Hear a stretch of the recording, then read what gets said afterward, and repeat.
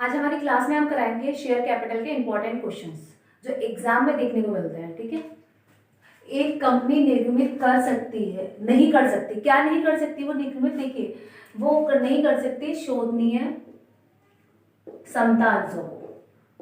ठीक है, सारे अंशों को शेयर कर इशू कर सकती है लेकिन शोधनीय अंशों को नहीं कर सकती, शोधनीय समता अंशों को। ठीक है, अब बोला है बोनस अंशों का अर्थ उन अंशों से है जिन्हें निगमित किया जाता है। किस चीज में निगमित किया जाता है? उन्हें वर्तमान अंशधारियों पर, वर्तमान समता अंशधारियों पर।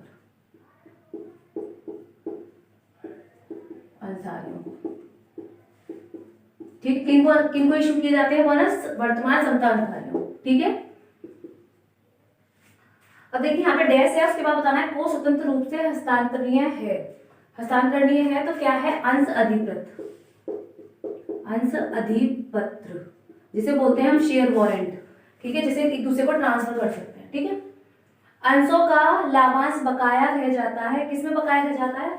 संचयी पूर्वाधिकार अंश में, संचयी पूर्वाधिकार अंश। देखिए संचयी पूर्वाधिकार अंश क्या होते हैं हमने अपनी लास्ट क्लास में बता दिया है आपको, इसलिए हम इसकी डिटेल नहीं बता रहे हैं। ठीक है, तो आप अगर जानना चाहते हैं कि संचयी पूर्वाधिकार अंश क्या होते हैं तो आप हमारी लास्ट क्लास को देख सकते हैं, फर्स्ट क्लास को, शेयर कैपिटल की। ठीक है, एक अंश सीमित कंपनी की दशा में एक सदस्य का दायित्व सीमित होता है उसकी अदत्त रकम तक। ठीक है, उसकी अदत्त मतलब एक्स्ट्रा रकम तक। ठीक है, अदत्त रकम तक।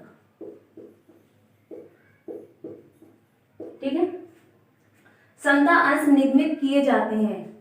किस पर कब निगमित किए जाते हैं समता अंश? जब विशेष प्रस्ताव आता है। ठीक है, जब विशेष प्रस्ताव आता है तब इशू किए जाते हैं, विशेष प्रस्ताव पर। ठीक है,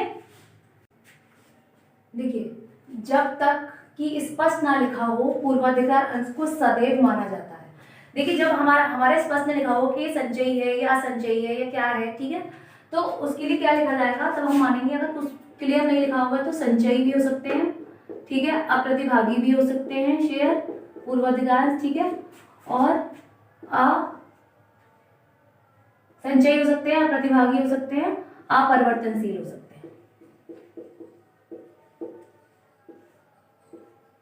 ठीक है, तीनों में से कोई भी शेयर हो सकते हैं जब आपका स्पष्ट न लिखा हो तब।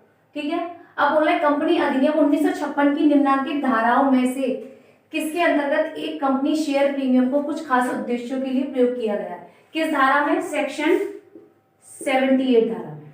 ठीक है, शेयर प्रीमियम को क्या किया गया है? कुछ खास उद्देश्यों के लिए प्रयोग किया गया है। ठीक है, अब अंशों के अभिगोपन से क्या आशय है? अभिगोपन का मतलब होता है अंडरराइटिंग। अंडरराइटिंग हमने बताया था क्या होती है अंडरराइटिंग? कमीशन, कमीशन के केस में जो होती है। ठीक है, तो इसका मतलब होता है इससे कंपनी के लिए पूंजी आसानी से एकत्र हो जाती है।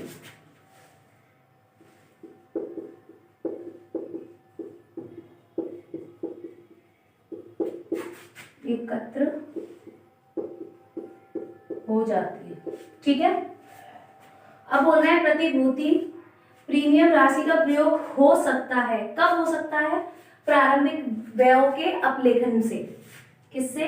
प्रारंभिक व्ययों के अपलेखन से। अपलेखन से मतलब क्या? रिटर्न ऑफ से, मतलब माइनस करने से। ठीक है, रिटर्न ऑफ से मतलब माइनस करने से। ठीक है, प्रारंभिक व्ययों को माइनस करने से प्रतिभूति प्रीमियम राशि का प्रयोग हो सकता है। ठीक है, देखिए बोल रहा है किस अधिनियम के अंतर्गत एक कंपनी का निर्माण किया जाता है? किस अधिनियम के अंतर्गत? सरकार कानून के द्वारा, सामान्य कानून के द्वारा। कौन से? सामान्य कानून के द्वारा।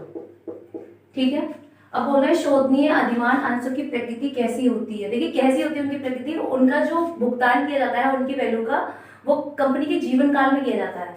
तो इनका भुगतान कंपनी के जीवन काल में किया अनिवार्य, कंपनी के जीवन काल में अनिवार्य। ठीक है, कितने दिनों में न्यूनतम अभिधान राशि प्राप्त न होने पर लौटानी होगी।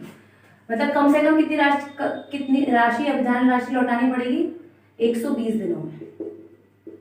ठीक है, 120 दिन में आपको राशि लौटानी पड़ेगी आपकी, अगर इशू नहीं होती है तो। ठीक है, मांग की राशि का भुगतान करने के लिए कितना समय होना चाहिए। अगर आपने कोई राशि मांगी है तो उसका भुगतान आपको 14 दिन में करना चाहिए। ठीक है, प्रारंभिक व्यय किस प्रगति के होते हैं। देखिए, प्रारंभिक व्यय हमेशा आर्थिक चिट्ठे में आते हैं। ठीक है, तो ये पूंजीगत प्रगति के होते हैं। किसके? पूंजीगत प्रगति। ठीक है, प्रगति।